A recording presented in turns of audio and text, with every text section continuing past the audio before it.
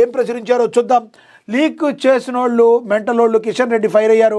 ప్రధాని మోడీ తెలంగాణ ఎంపీలతో నిర్వహించిన సమావేశ లీకులపై కేంద్ర మంత్రి కిషన్ రెడ్డి తీవ్ర ఆగ్రహం వ్యక్తం చేశారు. మీటింగ్లో జరిగిన విషయాలు బయటకు చెప్పొద్దని ప్రధానమంత్రి చెప్పినా కూడా బయటకు చెప్పారని మండిపడ్డారు. లీకులు చేసిన వ్యక్తులు మెంటలోళ్ళు, వారెవరో చెప్తే చర్యలు తీసుకుంటామని చెప్పారు.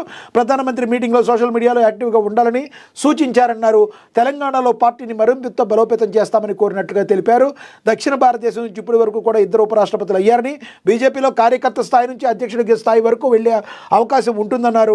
రాహుల్ గాంధీ అనైతికంగా మాట్లాడుతున్నారని, ఏ విషయాలు మాట్లాడాలో అవగాహన లేకుండా మాట్లాడుతున్నారని కిషన్ రెడ్డి చెప్పుకొచ్చారు.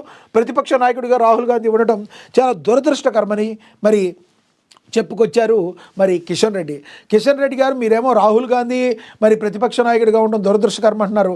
అదేంటండి, మీ బీజేపీ పార్టీలో మీ బీజేపీ వాళ్ళే అసలు మీరు చేపట్టిన తర్వాత మరి గతంలో మీరు ఒక ఎంపీగా ఉండి పార్టీ బాధ్యతలు మీరు గతంలో చేపట్టిన తర్వాత పార్టీ అంతా భ్రష్టు పట్టిందని